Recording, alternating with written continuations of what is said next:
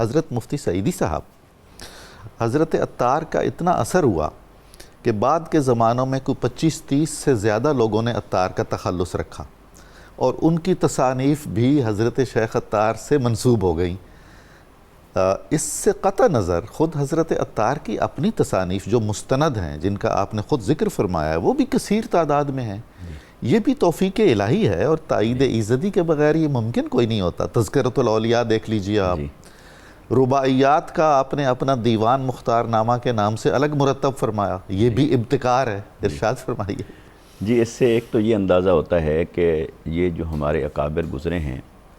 اور ان کے تذکرے ایسے نہیں جاری، ان کی ذات میں اللہ رب العزت نے ایسی کچھ صفات رکھی تھیں کہ یہ ان صفات کو در حقیقت خراج عقیدت پیش کیا جا رہا ہے، اور ان کی شخصیت کو جن چیزوں نے زندہ رکھا ہے وہ یہی ان کی شخصیت کی جامعیت ہے۔ ایسے ہی ایک مقناطیسیت اب تک محسوس ہوتی ہے۔ جی ہاں، اچھا، حضرت شیخ فرید الدین عطار رحمۃ اللہ تعالی علیہ، جیسا آپ نے ذکر فرمایا کہ لفظ عطار چونکہ بعد میں آنے والے کئی اکابر صوفیاء نے نسبت کی وجہ سے اپنا یہ تخلص رکھتے رہے، اور چونکہ اس کا تعلق ایک پیشے کے ساتھ بھی تھا اور وہ پیشہ بھی چونکہ تسلسل کے ساتھ آگے جاری رہا، تو اس سے ایک التباس تو ہوتا ہے تاریخ میں، مگر محققین کے ہاں تو چیزیں جو ہیں وہ روز روشن کی طرح عیاں ہیں۔ تو حضرت شیخ فرید الدین عطار رحمۃ اللہ تعالی علیہ، آپ کی جو معروف زمانہ کتاب تصوف کے باب میں وہ تو تذکرۃ الاولیاء ہے، مگر اس کے علاوہ بھی آپ نے بہت ساری کتب تحریر فرمائیں جو ہمیں ملتی ہیں، اور ان میں شاعری بھی ہے، صوفیانہ تذکرے بھی ہیں، نصیحتیں بھی ہیں۔ مثال کے طور پر آپ نے الہی نامہ تالیف فرمایا، کیا بات، عظیم مثنوی ہے۔ اسی طرح آپ نے جواہر اللذات تالیف فرمائی، وصیت نامہ ہے، بلبل نامہ ہے، اور پند نامہ ہے، شاہ نامہ ہے، پھر دیوان ہے آپ کا، پھر اسی طرح شرح قلب ہے، منطق الطیر ہے جس کا بھی تذکرہ ہوا، اور خصوصاً یہ پند نامہ تو ہمارے ہاں پڑھایا نہیں جاتا تھا دینی مدارس میں کسی زمانے میں؟ بالکل پڑھایا بھی جاتا تھا، اور یہ درس نظامی کے سلیبس میں شامل تھا، اور فارسی پڑھانے کی ابتدا ادھر سے کی جاتی تھی، کریمہ سعدی، نام حق اور پند نامہ وغیرہ، اور یہ فارسی زبان کی تعلیم و تربیت یہیں سے شروع ہوتی تھی، تو گویا کہ اس سے پھر برکتیں بھی حاصل ہوتی تھیں، ابتدا یہیں سے کرتے تھے ہمارے اکابرین۔ تو اس سے ایک بات تو یہ پتہ چلتی ہے کہ یہ جو اولیاء اور صالحین گزرے، بے شک عوام الناس کے اندر تو وہ معروف ہوئے اپنے مقام ولایت کے باعث، تصوف کے باعث، کرامات کے سبب،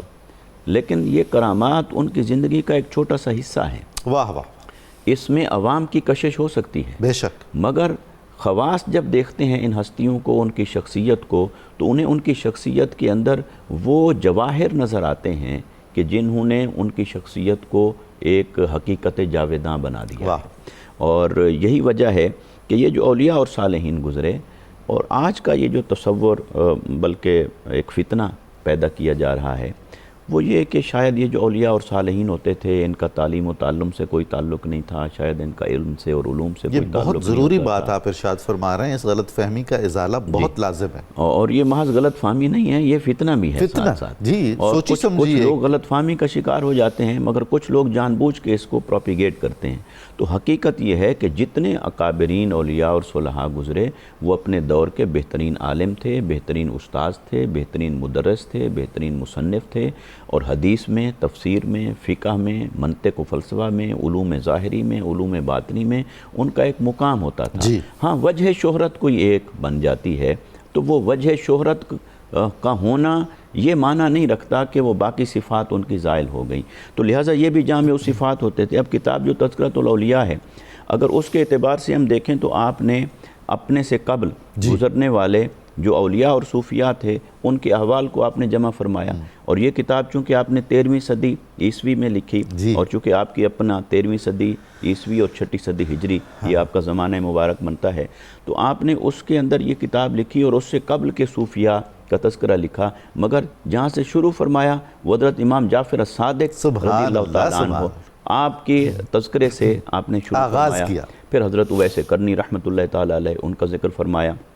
حضرت خواجہ حسن بصری کا، حضرت سفیان ثوری کا، حضرت معروف کرخی، سری سقطی، مالک دینار، شفیق بلخی، اور اسی طرح ائمہ اربعہ کا بھی ذکر فرمایا۔ جی بالکل، اور ائمہ اربعہ کا تذکرہ کرنا اس بات پر دلالت کرتا ہے کہ ان کو علمی اعتبار سے اتنا شغف تھا کہ انہوں نے حضرت امام ابو حنیفہ رحمۃ اللہ تعالیٰ علیہ کا تذکرہ شامل فرمایا، امام مالک کا تذکرہ شامل فرمایا، امام شافعی، امام احمد بن حنبل کا تذکرہ شامل فرمایا، تو طبیعت کا میلان کسی شخصیت کی طرف ہوتا ہے تو پھر ان کے تذکروں کو بھی اپنی کتابوں کے اندر شامل کیا جاتا ہے، اور اسی سے اندازہ ہوتا ہے کہ آپ کا علمی ذوق کس قدر تھا۔ آپ نے جن شخصیات کو پسند فرمایا ان میں صوفیاء بھی ہیں، مجتہدین بھی ہیں، علماء بھی ہیں، تو یہ آپ کی اپنی شخصیت کی جامعیت۔ تذکرۃ الاولیاء تو واقعی ٹرینڈ سیٹر کتاب ہے نا، جی، جس نے کسی اچھی چیز کی بنیاد رکھی جی، اس کو ہمیشہ اجر ملتا رہے گا۔ جی ہاں، وہ جتنے بھی تذکرے لکھے جاتے رہیں گے صوفیاء کے اور بعد میں آپ داتا صاحب کی